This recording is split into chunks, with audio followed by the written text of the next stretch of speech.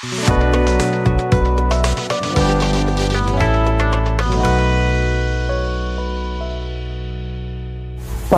Ebene, perkenalkan nama saya Saudara Urbanus Tangi OFM. Saya berasal dari Paroki Santo Yosef Laja, Keuskupan Agung Ende. Saya menjalani masa diakonat di Paroki Santo Theodorus Liva, Keuskupan Tanjung Karang. Pace Ebene, perkenalkan nama saya Saudara Apolinaris Pierre Nana UFM, biasa dipanggil Saudara Pile. Saya menjalani masa diakonat di Novisiat UFM Transitus Depok dan Paroki Santo Paulus Depok. Pace Ebene, perkenalkan saya Saudara Jamarius Martin Stau OFM, biasa dipanggil Saudara Johan. Saya berasal dari Paroki Poco, Gereja Santo Bonfort, Keuskupan Ruteng. Saya menjalani masa diakonat di dua tempat. Pertama di Panti Asuhan Vincentius Putra Jakarta, dan yang kedua di Gereja Keramat Paroki Hati Kudus. Pace Ebene, perkenalkan saya Saudara Theophanus Arito OFM. Saya berasal dari Paroki Santo Mikael Bianio, Keuskupan Ruteng. Saya menjalani masa diakonat di Gereja Santo Petrus Cianjur, Keuskupan Bogor.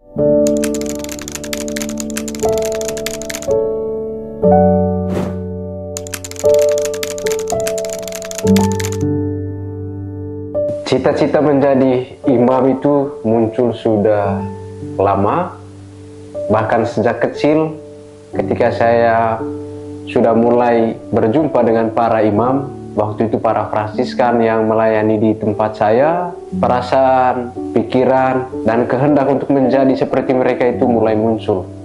Saya bercita-cita menjadi seorang imam itu tepatnya ketika sesudah tamat SMP.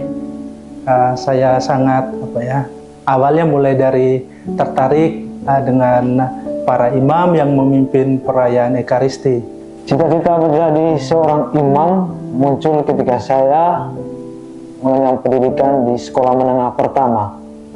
Saat itu ada seorang kakak kelas menceritakan tentang kehidupan seminari dan juga bagaimana kehidupan para pastor.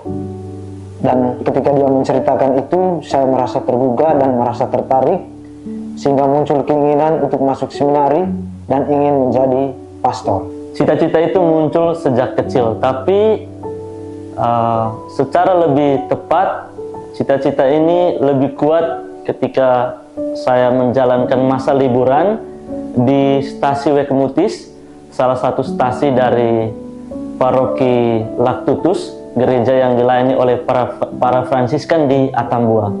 Di sana baru pertama kali saya menemukan sosok imam yang menggunakan jubah coklat. Dan itu kemudian menarik saya untuk berusaha mencari tahu siapakah sosok-sosok seperti ini.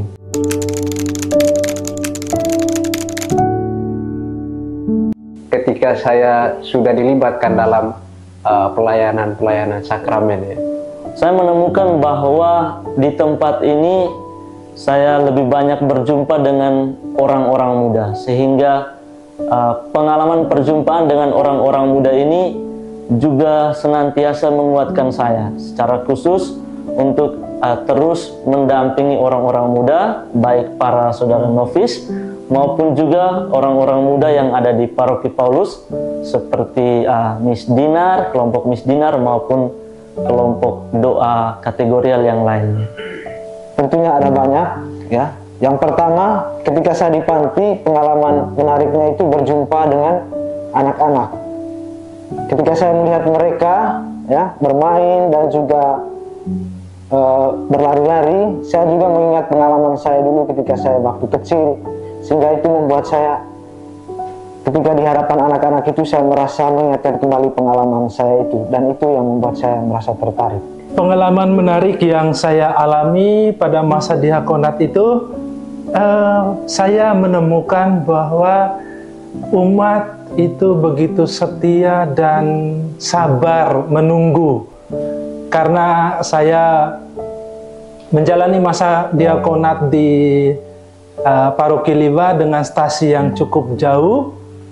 Di satu sisi saya berusaha untuk hadir tepat waktu ke setiap stasi, tetapi karena perjalanan yang jauh dan ada sedikit masalah, terkadang saya bisa terlambat ya di luar dari perkiraan itu. Dan saya menemukan ketika saya sampai, umat menyambut saya itu dengan penuh sukacita, bahkan mereka masih menawarkan saya untuk beristirahat meskipun sudah terlambat. Jadi itu pengalaman menarik.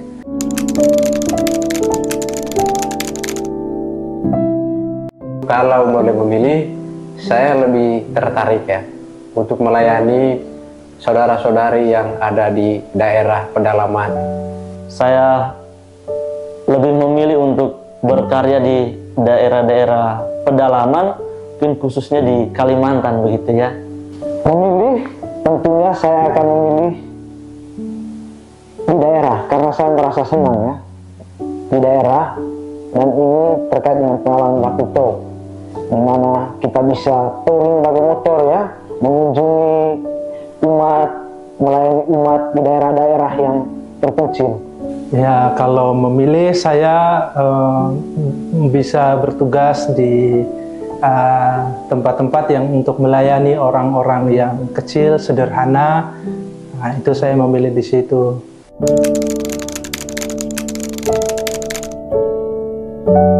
Saya kira jatuh cinta itu pernah ya, setiap orang pernah jatuh cinta ya. Dan saya pun pernah jatuh cinta. Tetapi soal apakah cinta itu diungkapkan atau tidak, itu soal lain. Aduh, pertanyaan ini oke. Untuk jatuh cinta pasti ya, jatuh cinta dengan lawan jenis ya secara khusus begitu. Pernah begitu. Pengalaman jatuh cinta, ya pernah jatuh cinta. Tentunya dalam perjalanan jatuh cinta ini, saya harus bisa memutuskan. Dari begitu banyak pengalaman jatuh cinta maupun pengalaman jenis, saya pada akhirnya memilih jatuh cinta pada Tuhan Yesus yang akan saya pegang terus, yang saya akan pegang erat sebagai kekuatan dalam menjalani panggilan saya. Ya, jatuh cinta saya pikir pernah. Dengan lawan jenis pernah pastinya.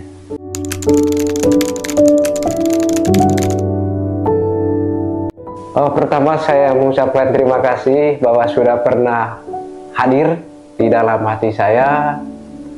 Lalu yang kedua, pesan saya tetap setia pada pilihan dan panggilan kalian masing-masing sesuai dengan kehendak bebas kalian. Saya mengucapkan terima kasih karena telah pernah menjadi bagian dalam hidup saya. Sukacita, kegembiraan, perjumpaan yang pernah kita alami, kiranya itu juga yang tetap menguatkan saya dalam perjalanan panggilan saya ke depannya. Terima kasih untuk pengalaman itu. Baik, untuk para mantan pacar, saya mengambil lirik dari lagunya Rain, Lelaki Patah Hati. Terima kasih kalian barisan para mantan dan semua yang pergi tanpa sempat aku miliki. Pesannya semangat selalu di dalam hidup dan juga setia dengan pilihan yang telah diambil. Dan mungkin bukan pesan, tapi yang terakhir itu terima kasih karena pernah menjadi pribadi yang sempurna di mata saya.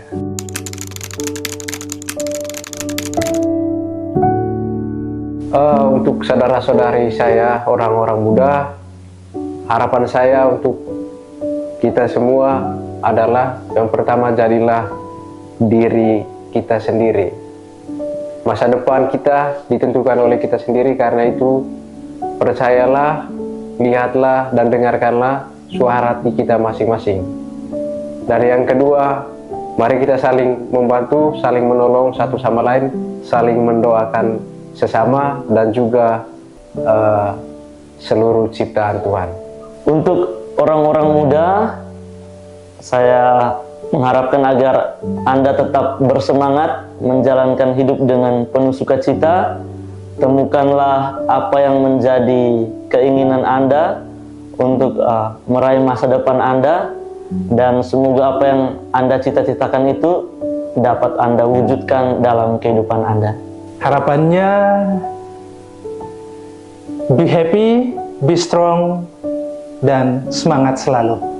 Harapan untuk kaum muda, yang pertama, be happy, be healthy, ora et labora. Kejarlah mimpimu setinggi langit dan takut akan Tuhan. Sekian dan terima kasih.